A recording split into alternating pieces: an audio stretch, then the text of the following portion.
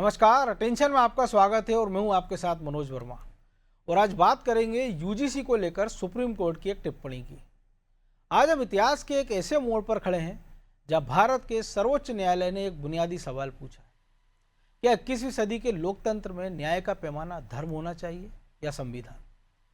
एक तरफ हमारा संविधान अनुच्छेद 14 के तहत समानता की गारंटी देता है, तो दूसरी तरफ शरिया कानून जैसे व्यक्तिगत कानून विरासत और संपत्ति में महिलाओं को पुरुषों की तुलना में आधा अधिकार देते हैं। जब अदालत ये कहती है कि यूसीसी का समय आ गया है, तो ये केवल एक कानूनी बदलाव नहीं बल्कि उन करोड़ों महिलाओं की गरिमा का सवाल है जो आज भी सदियों पुराने प्रावधानों के कारण आर्थिक और सामाजिक असमानता झेल रही है।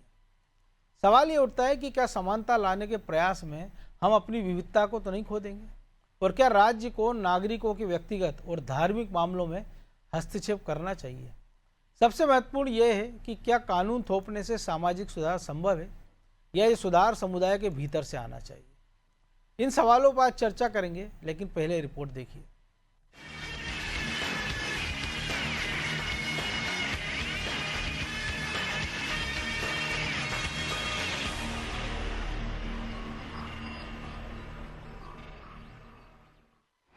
यूसीसी पर जोर, सुप्रीम टिप्पणी पर सियासी शोर।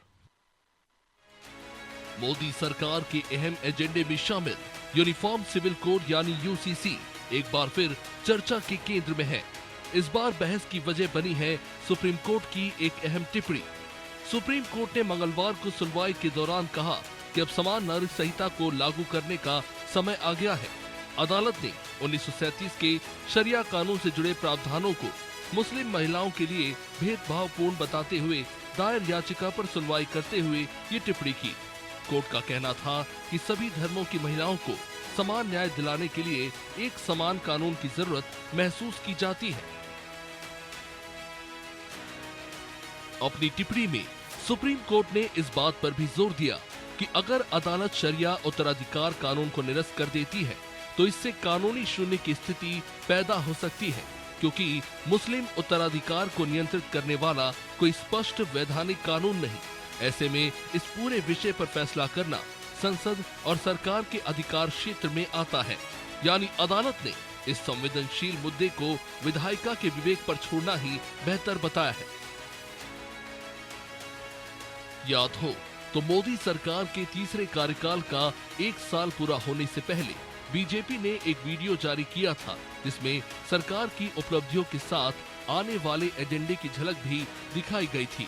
उस वीडियो में यूसीसी लोडिंग लिखकर ये संकेत दिया गया था कि सरकार इस दिशा में आगे बढ़ रही है, और तभी से राजनीतिक गलियारों में अटकलें तेज हो गई थी कि देश में जल्द यूनिफॉर्म सिविल कोड लागू करने की तैयारी है। उत्तराखंड पहले ही देश का पहला राज्य बन चुका है जहां यूसीसी लागू किया जा चुका है। ऐसे में सुप्रीम कोर्ट की ताजा टिप्पणी के बाद एक बार फिर सवाल उठने लगे हैं कि क्या अब केंद्र सरकार इस मुद्दे पर कोई बड़ा कदम उठाएगी। ब्यूरो रिपोर्ट, अनादि टीवी।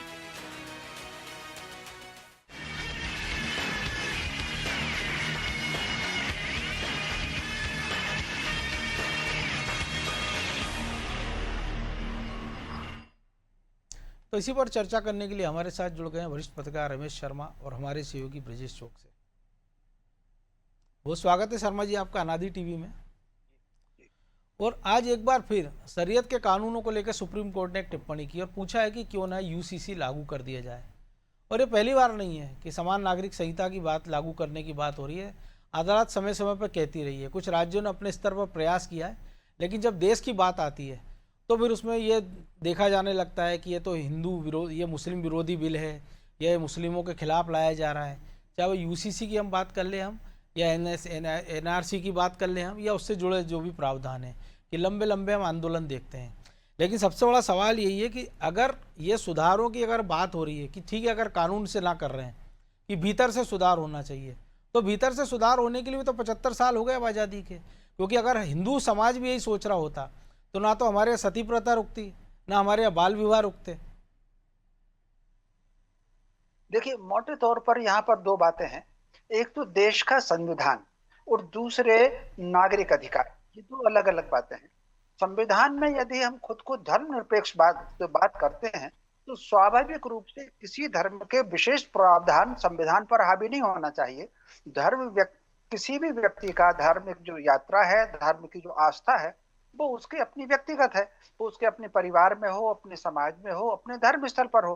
अगर धर्म स्थल परिवार और समाज और घर से बाहर निकल करके आ रहा है, तो उसको राष्ट्र के एक स्वरूप में होना चाहिए। ये हमारे संविधान में जो धर्मनिरपेक्षता का भाव है, उसका संदेश यही है। इसके अलावा यदि किसी धर्म विशेष के कुछ प्रावधान संविधान पर भारी पड़ते हैं, अथवा वो उसको दूसरे लोगों से अलग करता है, तो कहीं ना कहीं इस पर तो विचार होना ही चाहिए। और एक नागरिक आचार संहिता, दुनिया के अधिकांश देशों में एक नागरिक आचार संहिता लागू है। हो सकता है वो किसी विशिष्ट धारा की हो या बहुआयामी हो, लेकिन एक नागरिक आचार संहिता उसमें लागू है। और उस धर्म के अलावा फिर वो उन्होंने दूसरे लोगों को 2 नंबर का नागरिक माना हुआ है। तो लेकिन सब नागरिक आचार संहिता एक है। तो कुल मिलाकर के इस आधार पर अगर हम देखें, तो ये एक नागरिक आचार संहिता सही है। हमारे यहाँ भारत में 2 प्रांतों में लागू है। गोवा में तो पहले दिन से लागू है, और फिर उत्तराखंड में भी लागू हो गई। बिल्कुल। तो ये कुल मिलाकर के लागू होना चाहिए।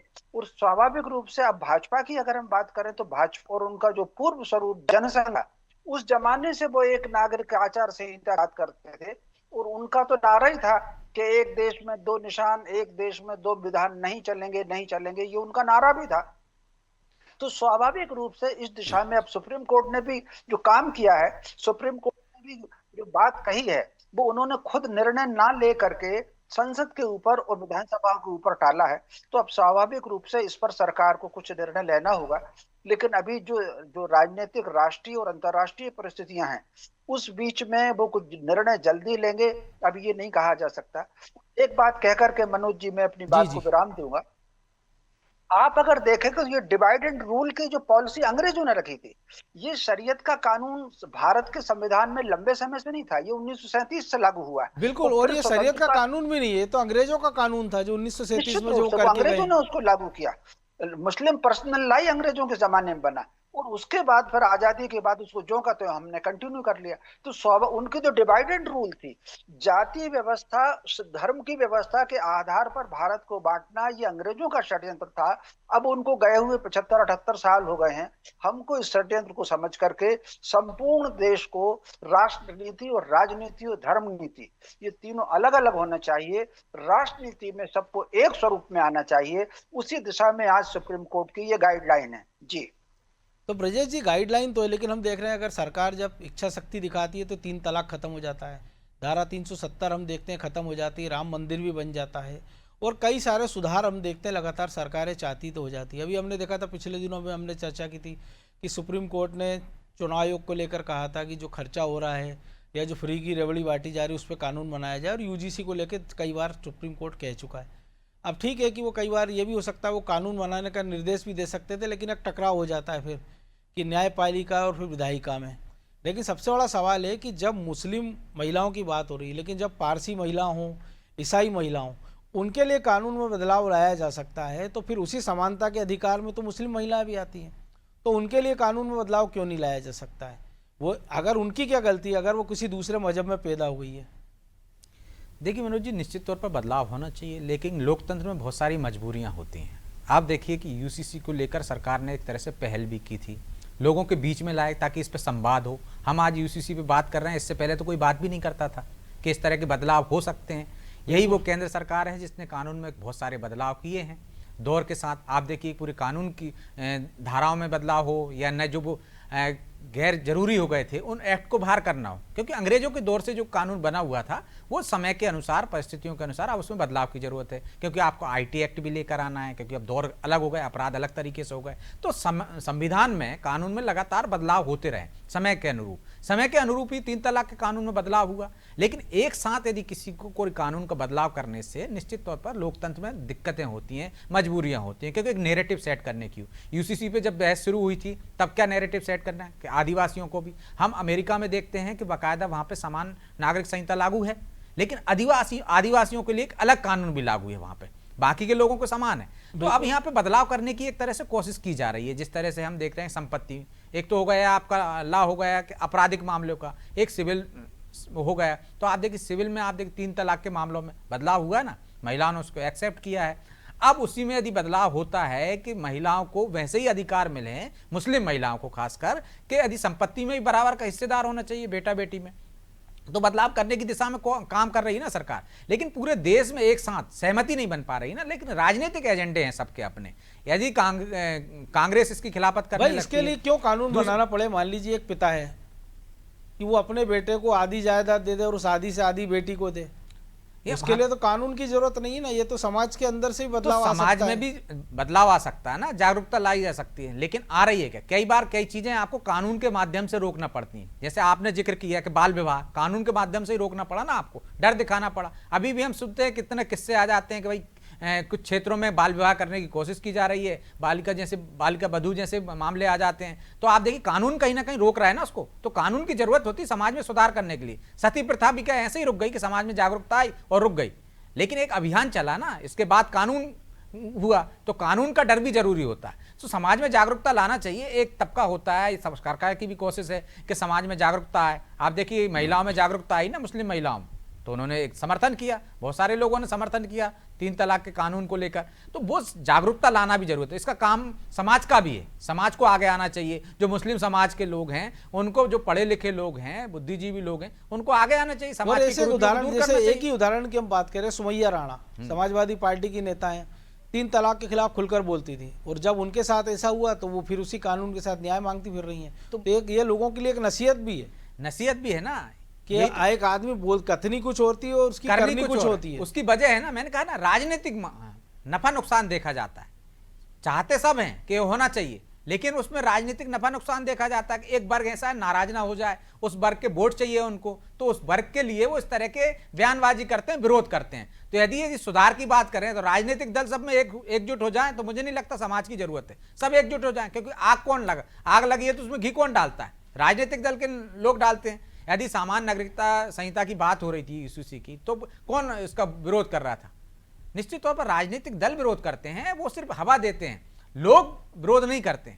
उनमें कुछ लोग हैं जिनको समझाया जा सकता है, वो कानून का डर दिखा के उनको रोका जा सकता है। लेकिन आप देखिए उत्तराखंड में लागू होगा, कहीं कोई शोर शराबा हुआ क्या वहां पे मुस्लिम आबादी नहीं रहती? क्या रहती है?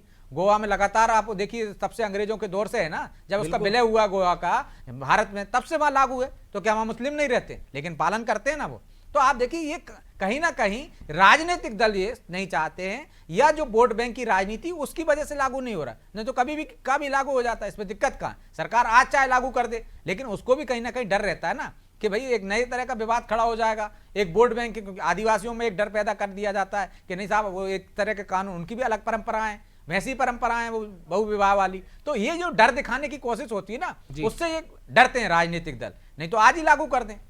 लेकिन शर्मा जी, हम देखते हैं कि जब देश में एक क्रिमिनल लॉ, अब जो आईपीसी से हम देखते हैं बीएनएस हो गया, वो सब पर लागू है, तो फिर महिलाओं के मामले में, खासतौर से मुस्लिम महिलाओं के मामले में, फिर आप कहते हैं कि शरीयत का कानून आपको क्यों चाहिए, सिविल लॉ क्यों अलग होना चाहिए?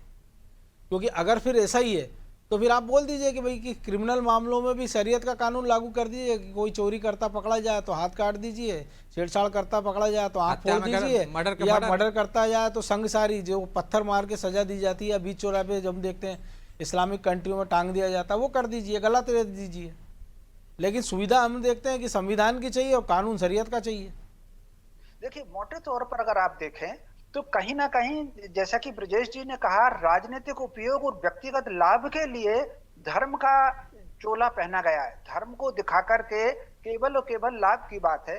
अब चूंकि क्रिमिनल लॉ उनको पालन करने में उनको लाभ दिखता है, उसमें चूंकि बचत के कई खाने दिखते हैं, अगर कोई गवाह पलट गया तो या कई कारण से, तो उसको वो बिल्कुल फॉलो करते हैं उसको, क्योंकि उनके यहाँ जो वर्चस्व है वो पुरुषवादी वर्चस्व है। स्त्री को वो एक सीमित तक और उपयोग करने तक सीमा तक मानते हैं। तो स्वाभाविक रूप से रेवेन्यू कानून में कहीं ना कहीं उनको और उनके पुरुषों को रेवेन्यू कानून में लाभ मिलता है। ये कहीं ना कहीं एक पुरुष का अधिकार है कि वो किसको अपनी जायदाद दे करके जाए, लड़की को नहीं देना चाहता है, बहू को नहीं देना चाहता है, बेटे को ही देना चाहता है। तो कहीं ना कहीं उसके कारण केवल और केवल रेवेन्यू कोड बिल में वो अपने अधिकार की बात करते हैं। और ये सिलसिला चूंकि अभियान मुस्लिम लीग ने चलाया और फिर अंग्रेजों ने इसको मान लिया था, तो स्वाभाविक रूप से तो कहीं ना कहीं उनके यहाँ सारी की सारी आप चीजें देखें तो वो व्यक्तिगत लाभ के लिए धर्म का उपयोग करना ये उनके स्वभाव में है। आप एक छोटा सा उदाहरण देना चाहता जी। हूँ। पूरे की पूरी आप कुरान पढ़ लें, पूरा इस्लाम का फलसफा कर लें, उसमें मुसलमानियत की बात बिल्कुल नहीं है, उसमें इंसानियत की बात है, भाईचारे की बात है। लेकिन अगर देखेंगे तो सारी की सारी लड़ाई इंसानियत के बजाय मुसलमानियत पर हो रही है, और उसमें भी पुरुष का वर्चस्व बना रहे। अभी आप कल्पना कर सकते हैं कितने देशों में हिजाब पर पाबंदी है, लेकिन भारत में हिजाब को कर दिया और महिलाएं हमको अब हिजाब में देखने को मिलती हैं। तो और उसके ऊपर कोई आवाज कहीं उठाता नहीं। तो स्वाभाविक रूप से जबकि हम देख रहे हैं ईरान जैसे कट्टरपंथी देश में महिलाएं हजारों की संख्या में सड़कों पर आई, हजारों लोग मारे गए इसी हिजाब को लेकर कि इसको हटाया जाए। और उसके उलट हम देख रहे हैं सुन्नी देश जो है सऊदी अरब, वहां महिलाओं को आजादी मिल रही है। निश्चित रूप से। तो लेकिन कहीं ना कहीं ये जो भारत में एक विशेष प्रकार का एक वर्ग है जो समाज में फैला करके उसको कट्टरपंथ और उसको सत्य से अलग हटा करके अपने व्यक्तिगत लाभ के लिए एक इकट्ठा करना चाहता है, और उसको रोज कोई ना कोई उसको बहाना चाहिए। तो स्वाभाविक रूप से ये समान नागरिक आचार संहिता का विषय है, ये भी इसमें केवल और केवल दो चीज प्रभावित होना है। एक तो ये तलाक का जो कानून, वो ठीक है कि 3 तलाक का सरकार ले आई, उसमें केवल इतनी राहत मिली है। इससे पहले जो मोबाइल पर व्हाट्सएप करके फेसबुक पर कह दिया या 3 तलाक कह के निकल गए, वो राहत मिली है। बाकी वो जो नियम है उसका कि 40 दिन में पहली बार कहिए, फिर दूसरी बार कहिए, तीसरी बार कहिए, वो नियम बराबर है उसमें। बिल्कुल। तो स्वाभाविक रूप से उसमें चूंकि उनको लाभ दिखता है, तो कहीं ना कहीं इस समान नागरिक आचार संहिता लागू होगी तो इसमें केवल महिला को लाभ मिलेगा। ये जो 3 तलाक वाला है इससे उसको मुक्ति मिलेगी स्वाभाविक रूप से कि सामान्य नियम प्रक्रिया के तहत जो तलाक की प्रक्रिया है। और दूसरा, फिर वो पिता की जायदाद में बराबरी से हक मांग सकेगी। अभी वो पिता की जायदाद में बराबरी से हक नहीं मांग सकती। ये 2 चीज ही मोटे तौर पर प्रभावित होने वाली है अगर सामान्य नागरिक आचार संहिता लागू हुई। अब देखते हैं आगे चल करके सरकार क्या निर्णय लेती है, लेकिन सरकार के लिए भी बड़ी हिम्मत का काम है। और मुझे जो लग रहा है कि केंद्र खुद फैसला लेकर के संभवतः इसको राज्यों के ऊपर टाल सकती है, जैसा कि उत्तराखंड ने निर्णय लिया है। लेकिन अब आगे इसको देखा जाना चाहिए। भाई हम देख रहे हैं कि देश में 15 से ज्यादा राज्यों में बीजेपी के अपने इंडिविजुअल मुख्यमंत्री हैं, कई जगह सहयोगी सरकारें हैं। तो बीजेपी के जो राज्य हैं, जहाँ मान लीजिए उत्तर प्रदेश हो गया है, मध्य प्रदेश है, राजस्थान है, छत्तीसगढ़ है, दिल्ली है, बिहार में भी अब उनका मुख्यमंत्री बन ही जाएगा 2, 4, 10 दिन 15 दिन में। तो इन राज्यों में कम से कम वो कर दें, एक नजीर पेश कर सकते हैं ना कि भाई ठीक है उत्तराखंड ने कर दिया, हम कर देते हैं, और बाद में धीरे से बाकी देशों राज्यों में लागू हो जाए। देखिए मनोज जी, सरकार जब बदलती है या भाजपा की जहां भी सरकार है, तो मोटे तौर पर 30-35 मंत्री समझ लीजिए, कुछ निगम मंडल मिलाकर के 60-70-100 लोगों से ज्यादा नहीं बदलते। बाकी पूरा का पूरा सिस्टम वही का वही रहता है। वो सिस्टम कई बार उसमें ऐसे लोग रहते हैं जितनी तरकीब से आकर के कहते हैं और वैसे निर्णय हो जाते हैं। इस समय वर्तमान में भी अगर आप निर्णय देखें, आप कल्पना कर सकते हैं किस तरीके से कश्मीर घाटी से लोग आईएएस और आईपीएस में जिस तरीके से सिलेक्ट हो रहे हैं, ये बहुत आश्चर्यजनक है अपने आप में।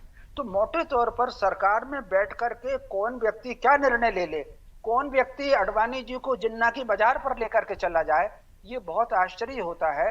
कौन व्यक्ति कहां आकर के सलाहकार के रूप में बन जाए, अपना मुखौटा बदल करके। रामचरितमानस में कपट मुनि की और कालनेमी का प्रसंग आया है। तो मोटे तौर पर कौन व्यक्ति कहां कर दे और किस वक्त के समाज को कहां से भटकाव पैदा कर दे, नेता से क्या निर्णय करा ले, ये बहुत आश्चर्यजनक होता है। और कई बार नेता भी पछताते हैं, यार क्या निर्णय ले लिया। लेकिन उस वक्त जो फाइल आती है वो सिग्नेचर करते हैं उस पर बराबर। तो मोटे तौर पर कहीं ना कहीं निचले स्तर पर जो व्यक्ति रहता है वो निर्णय क्या करता है। थोड़ी देर के लिए एक उदाहरण देकर के मैं बात को खत्म करता हूं। भाजपा की सरकार है, मछुआरे जो वहां पर हैं केरल में और बंगाल में, पहले मछुआरों को आरक्षण था एससी के नाम पर, लेकिन क्योंकि मुस्लिम समाज के लोगों को नहीं था, बंगाल और केरल ने इसकी शुरुआत की धीरे धीरे करके। महाराष्ट्र में भी अब वो निर्णय हो गया। तो स्वाभाविक रूप से कौन व्यक्ति कहाँ कैसा निर्णय करता है, किस तरीके से करवाता है, बहुत आश्चर्यजनक होता है, क्योंकि सिस्टम सारा का सारा अंग्रेजों का है। और एक बात समझ लीजिए, स्वत्व का बोध आत्मा से शुरू होकर के शरीर पर आता है, दासत्व का बोध शरीर से शुरू होकर के आत्मा पर आता है। कई बार गुलामी की जो जंजीरें हम उनको आभूषण समझने लगते हैं, तो मैं समझता हूं उसमें बहुत समय लगता है स्वत्व के बोध आने में। जब तक ये नहीं आएगा प्रशासन में सुधार नहीं होगा। जी वो जैसे देहाती भाषा में देखते हैं ना कि एक गधे को बांधने को उपक्रम कर दिया जाता है और जब तक खोलने का ना किया जाए तो वो जगह से हिलता नहीं, एक ही जगह खड़ा रहता हाँ, वो ऊंट के बारे में है, ये ऊंट जी में। हाँ, ऊंट के बारे में। लेकिन ऊंट के ब्रजेश बारे जी में। जी, संविधान के हिसाब से काम होना चाहिए कि शरीयत के हिसाब से? क्योंकि समय के साथ, क्योंकि हम देख रहे हैं कि तुर्की हो, ट्यूनीशिया हो, बगल में पाकिस्तान हो, सऊदी अरब हो, या तमाम सारे मुस्लिम राष्ट्रों में हम देख रहे हैं कि महिलाओं को बराबरी का हक मिल रहा है, उनको आगे बढ़ाया जा रहा है, और हम आज भी पीछे चल रहे हैं। जो हमने देखा था 1985 में साहबानों के साथ, वो हम 2026 में भी किसी ऐसी साहबानों, किसी फरीदा, किसी सुमैया के साथ होता देख रहे हैं। देखिए मनोज जी, हमें मुस्लिम राष्ट्रों से तुलना करने की जरूरत ही नहीं, क्योंकि हम दुनिया का सबसे बड़ा लोकतंत्र हैं। तो हमको तुलना किससे करना चाहिए? जो लोकतांत्रिक देश है। नहीं, बार बार कहा जाता है ना शरीयत, तो जहाँ से इस्लाम आया है वहां पर बदलाव जब बदलाव है। तो मैं आपसे पहले भी कहा ना, बदलाव चाहती है, लोग भी चाहते हैं। क्या मुस्लिम महिलाएं नहीं चाहती होंगी कि उनके साथ क्या होता है? हलाला जैसे कानून, जो शरीयत में कानून, उनका किस तरह से दुरुपयोग होता है, 3 तलाक का किस तरह से दुरुपयोग। लेकिन कोई ना कोई तो अलग जगह आएगा ना, तो कानून उसका काम कर सकता भाई है। बांग्लादेश में 2-3 दशक तक 2 महिलाओं ने शासन किया। बगल में पाकिस्तान में देख लो आप, बेनजीर भुट्टो। श्रीलंका की चलो छोड़ दो, श्री माया भंडारनायक की बनी। मुसलमानों में कोई ने आवाज नहीं उठाई। साहबानो प्रकरण सबसे बड़ा उदाहरण है। कब उन्होंने आवाज उठाई थी? कोर्ट तक लड़ाई लड़ी ना, बिल्कुल। कोर्ट ने फैसला, कोर्ट ने अभी भी आपको सलाह दी कि आप इसको लागू करने का समय आ गया, निश्चित तौर पर लागू करने का समय आ गया। लेकिन राजनीतिक नफा नुकसान देखेंगे तो लागू करने में समय लगेगा। यदि आप उसको नहीं देखते हैं तो निश्चित तौर पर आप वैसे ही लागू कर सकते हैं। आप उदाहरण दे सकते हैं अमेरिका का कि वहीं ट्रैवल के लिए। लेकिन हम देखते हैं ना कि कोई सरकार के पक्ष का चीज हो तो वो कहती है कि जो सुप्रीम कोर्ट का निर्णय होगा उसको मान्य करेंगे। आप तो दूसरी बात छोड़िए, हाल ही में एक फैसला आया मध्य प्रदेश से रिलेटेड, हम बात करते हैं मुकेश मल्होत्रा का, बीजेपी विधायक जी। हाँ, बीजेपी पर आरोप लगाया जा रहा है कोर्ट के दबाव में फैसला हुआ, क्योंकि निर्मला स्प्रे का मामला अलग है पड़ा हुआ, उसमें क्यों निर्णय नहीं हुआ? भाई कोर्ट सबूतों के आधार पर निर्णय लेता है। आप संवैधानिक संस्थाओं पर सवाल खड़े करके, वो छोड़िए, केजरीवाल का मामला सामने है ना। हाँ, केजरीवाल, अरे राहुल गांधी का मामला सामने है ना, उसी कोर्ट ने आपको राहत दी थी ना, आपने सदस्यता बहाल की थी। लेकिन अपने हिस्से का पहले संवैधानिक संस्थाओं पर सवाल नहीं उठाए जाते थे। आप कहां ले जाना चाह रहे हो लोकतंत्र को? लोगों में जो भरोसा है, आज की तारीख में लोग क्या कहते हैं, चलिए मैं देख लूंगा आपको कोर्ट में। भरोसा है ना न्यायालय में, तमाम चीजों में भरोसा नहीं है, कोर्ट में देखूंगा मैं आपको। तो आप उस कोर्ट को ही एक तरह से संदिग्ध बना देंगे। विधायिका से भरोसा जता रहा है कि भाई आप कर दीजिए, तो नहीं, अब वो तो अधिकार का मामला है ना, विधायिका पे तो अधिकार का मामला है। लेकिन कोर्ट ये निर्देश दे सकता था, लेकिन टकराव कार्यपालिका, न्यायपालिका, विधायिका सुझाव भी दे दिया है। तो अब किसका इंतजार करना चाहिए सरकारों को? एक कदम आगे बढ़ाएं कम से कम। निश्चित तौर पर मुझे लगता है कि जो सुझाव आया है, ऐसे पहली बार नहीं हुआ है कि पहली बार सुझाव आया, पहले भी कोर्ट इस तरह के सुझाव दे चुकी है, लेकिन सुझाव आया है तो इस पर असम में एनआरसी हो गया है, 6 राज्यों में SIR हो गया है। बिल्कुल, तो ये क्यों नहीं हो सकता है? हो सकता है। और मुझे लगता है कि जो एजेंडे में है, जो शर्मा जी ने पहले भी कहा था कि लोगों के विचार में लाया जाए, पहले लोग इस पर चर्चा करें, उसके नफा नुकसान आए, चर्चा से एक माहौल बनता है, क्या यूसीसी क्या है। एक जो भ्रम फैलाने की कोशिश होती है ना विपक्ष के द्वारा या जो राजनीतिक लाभ के द्वारा, जब चर्चा होती है, तो वो तो हमेशा सनातन रहेगा। क्योंकि हमने तो वक्फ बोर्ड के मामले में भी देखा है कि लाखों ईमेल्स गए, लेकिन सरकार को जो निर्णय करना था सरकार ने कर दिया। लेकिन विचार के बाद कुछ बिंदुओं में रहा, तो विचार तो कब शुरू करेंगे? वही तो कह रहे हैं। तो विचार तो शुरू हो गए, जब कोर्ट भी कह रही है और सरकार भी उस दिशा में बढ़ती हुई दिख रही है, एक एक करके सुधार होता है। भी है ना, यहाँ पे क्या है, एक साथ सुधार कर देंगे पूरा, तो आप देखिए अभी वही सुधार हुआ ना, एक तरह से 3 तलाक वाला सुधार की दिशा में कदम है ना, एक साथ बदलाव कर देंगे। कोर्ट ने वो भी एक टिप्पणी की है, एक साथ आप लगाओगे तो एक पक्ष को यह लगेगा